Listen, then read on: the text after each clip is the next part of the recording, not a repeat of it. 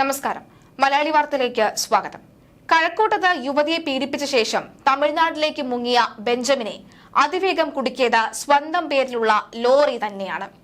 CCTV ക്യാമറയിൽ മുഖം പതിയാതിരിക്കാൻ മോഷ്ടിച്ച കുടയുപയോഗിച്ച മറച്ചാണ് ബെഞ്ചമിൻ നടന്നു നീങ്ങിയത്. പ്രതിയെ ഉറപ്പിച്ച പോലീസ് ലോറിയുടെ നമ്പർ കണ്ടെത്തി മണിക്കൂറുകൾക്കുള്ളിൽ തന്നെ ഇയാളുടെ വിലാസവും ഫോൺ നമ്പറും ശേഖരിച്ചു. പിന്നീട് മധുരയിലെത്തിയുള്ള അറസ്റ്റ് പഴുതുകൾ അടച്ചായിരുന്നു.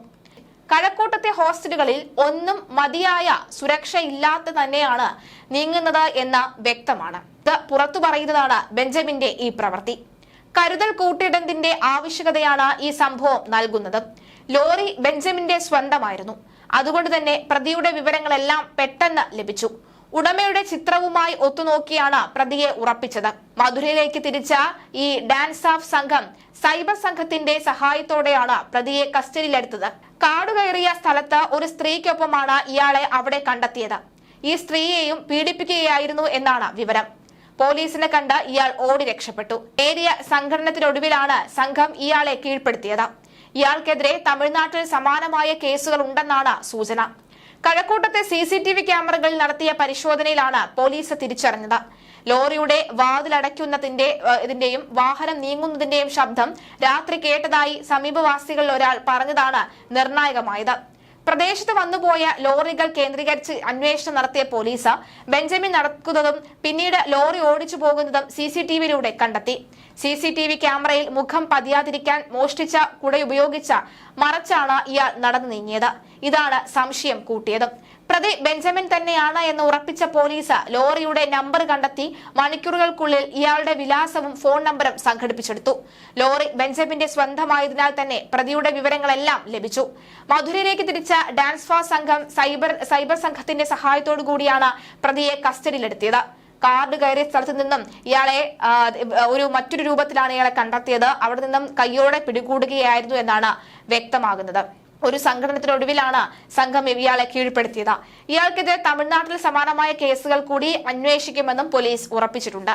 ടെക്നോ പാർക്കിലെ ജീവനക്കാരി അതിക്രമം നേരിട്ട സാഹചര്യത്തിൽ കഴക്കൂട്ടം സുരക്ഷ കൂടുതൽ ശക്തമാക്കുമെന്ന് പോലീസ് പെട്രോളിംഗ് വിപുലമാക്കുമെന്നും Kazhakkoottam cyber city assistant commissioner P. Anilkumar പറഞ്ഞു. ഹോസ്റ്റലുകളിലും മറ്റ് താമസ സ്ഥലങ്ങളിലും നിർബന്ധമായും CCTV ക്യാമറകൾ സ്ഥാപിക്കണമെന്നും കൂടുതൽ വനിതകൾ താമസിക്കുന്ന ഹോസ്റ്റലുകളിൽ സെക്യൂരിറ്റി ജീവനക്കാരെ നിർത്തണമെന്നും നിർദ്ദേശം നൽകിയിട്ടുണ്ട്. താൻ ഒരിക്കലും പിടിക്കപ്പെടില്ല എന്ന് കരുതിയിരുന്നതായി ബെഞ്ചമിൻ പോലീസിനോട് പറഞ്ഞിരുന്നു. കേരളം തനിക്ക് ഇഷ്ടപ്പെട്ടെന്നും ഇനിയും വരാൻ പദ്ധതി ഇട്ടിരുന്നതായും പ്രതിയുടെ വെളിപ്പെടുത്തലും ഉണ്ടായിരുന്നു. കേരളത്തിൽ ആദ്യമായാണ് എത്തിയതെന്ന് പ്രതി പറഞ്ഞു. ഈ ട്രക്ക് ഡ്രൈവറായ ഇയാൾ തമിഴ്നാട്ടിൽ നിരവധി സ്ത്രീകളെ പീഡിപ്പിച്ചിട്ടുണ്ട്. തെരുവിൽ കഴിയുന്ന സ്ത്രീകളെയാണ് താൻ കൂടുതലും പീഡിപ്പിച്ചിട്ടുള്ളത് എന്ന് ബെഞ്ചമിൻ ഒരു ഉളുപ്പുമില്ലാതെ പോലീസിനോട് തുറന്നു പറഞ്ഞു. രാത്രി 2 മണിയോടുകൂടിയാണ് കഴക്കൂട്ടത്തെ ഹോസ്റ്റലിൽ കയറി IT ജീവനക്കാരിയായ യുവതിയെ ബെഞ്ചമിൻ ഉപദ്രവിച്ചത്. ഹോസ്റ്റലിൽ CCTV ഇല്ലാതിരുന്നു. ഹോസ്റ്റൽ പരിസരത്തെയും റോഡിലെയും CCTV കേന്ദ്രീകരിച്ച് നടത്തിയ അന്വേഷണത്തിലൂടെയാണ് പോലീസ് പ്രതിയെ തിരിച്ചറിഞ്ഞത്. ഹോസ്റ്റലിലെ പീഡനത്തിന് മുൻപ് സമീപത്തെ 3 വീടുകളിൽ ഇയാൾ മോഷണ ശ്രമം നടത്തിയിരുന്നു.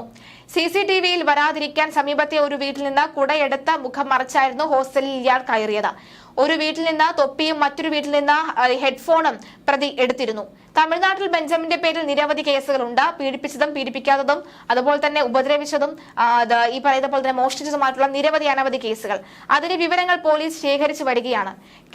അതായത് സത്യത്തിൽ ഇയാൾ ഒരു ക്രിമിനൽ സൈക്കോയാണ് എന്നാണ് മനസ്സിലാകുന്നത്. ഈ ഒരു സൈക്കോ തരം തന്നെയാണ് പോലീസ് കണ്ട് ഞെട്ടിയത് എന്ന് വ്യക്തമാവുകയാണ്. അതായത് അയാളെ പിടികൂടുമ്പോൾ അയാൾ ഏത് മാനസിക നിലയിലായിരുന്നത് കൂടിയാണ് അയാൾ എത്തരത്തിലുള്ള ഒരു പീഡന വീരനാണ്, പീഡന സൈക്കോയാണ് എന്ന് ചിത്രം ബോധ്യമാവുന്നത്. തീർച്ചയായും ഇയാളുടെ കയ്യിൽ നിന്നും ആ യുവതി ജീവനോടെ രക്ഷപ്പെട്ടത് എന്തോ മഹാഭാഗ്യം എന്ന് മാത്രമേ പറയാൻ സാധിക്കുകയുള്ളൂ എന്നാണ് വ്യക്തമാകുന്നത്. എന്തായാലും ഈ ഘട്ടത്തിൽ യുവതിയുടെ മൊഴി നിർണായകമായി. യുവതി ഇയാളെ തിരിച്ചറിഞ്ഞു. വളരെ ഭയത്തോടു കൂടിയാണ്, മാനസിക നില തെറ്റിയ അവസ്ഥയിലാണ് യുവതിയുടെ ഇപ്പോഴത്തെ ഒരു സാഹചര്യം എന്ന് പറയുന്നു.